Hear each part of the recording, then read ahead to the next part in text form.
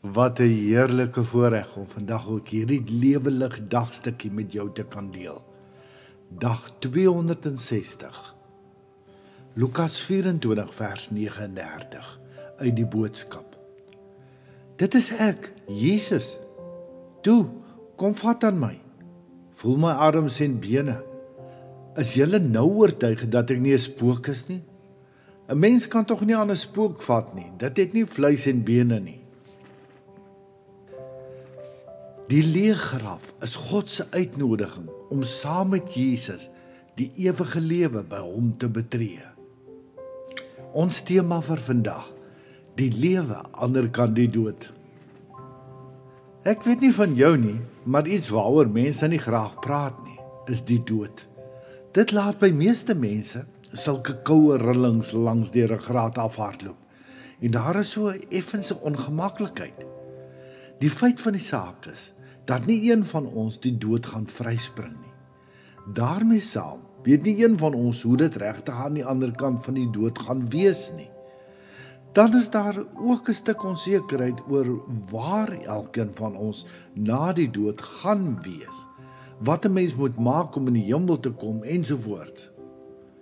Kom ons loer gou in by daardie Sondagoggend toe alles verander het. Jesus kom na sy disippels toe deur toedeure.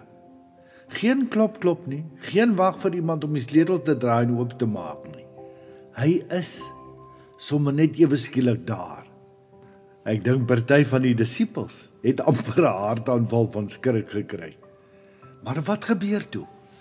Hulle het hom herken. Ja, daar was aanvanklike vrees en twyfel. Ek bedoel, dis nie elke dag dat iemand wat dood was, sommer gou by jou inloer nie. Maar toe hy sy hande en voete wys, en hulle hoor sy stem, het hulle geweet, dis Jesus. So wat sê dit vir ons?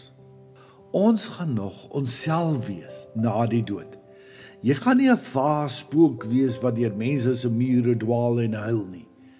Jy gaan herkenbaar wees, net sonder die beperkings van 'n ou stikkende liggaam.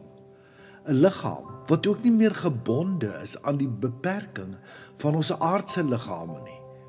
Toedeure kon nie Jesus buitehou nie. Jesus vra toe iets briljant eenvoudig. Het julle iets om te eet? Lukas 24 vers 41.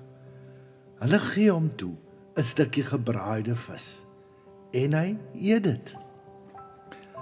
Ek wonder nogals of daar in die hemel dalk 'n afdeling is waar ons al die lekkerste kosse kan proe sonder om ooit 'n kilogram op te tel.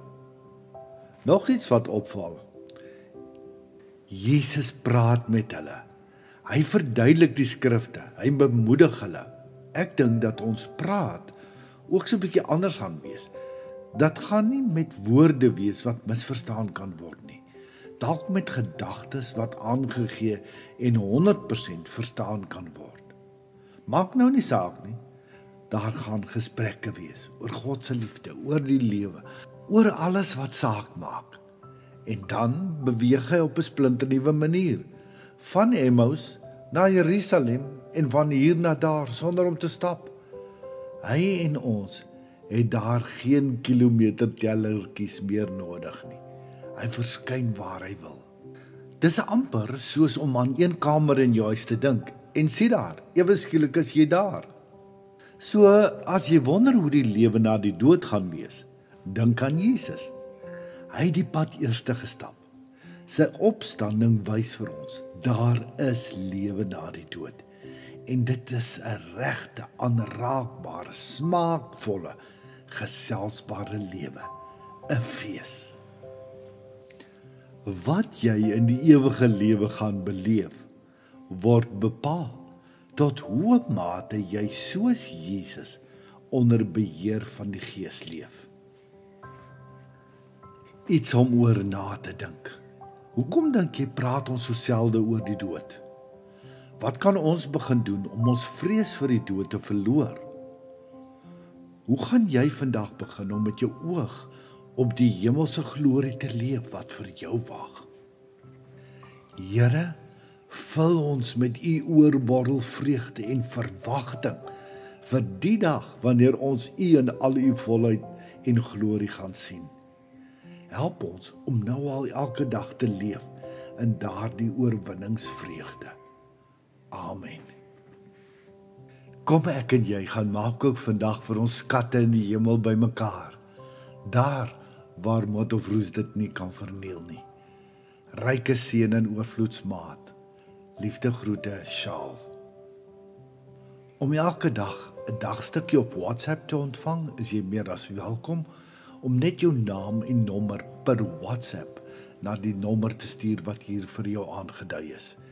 Jy is ook meer as welkom om ons Lewelig Gemeenskap Facebookblad of ons Lewelig Gemeenskap YouTube kanaal te besoek. Shalom.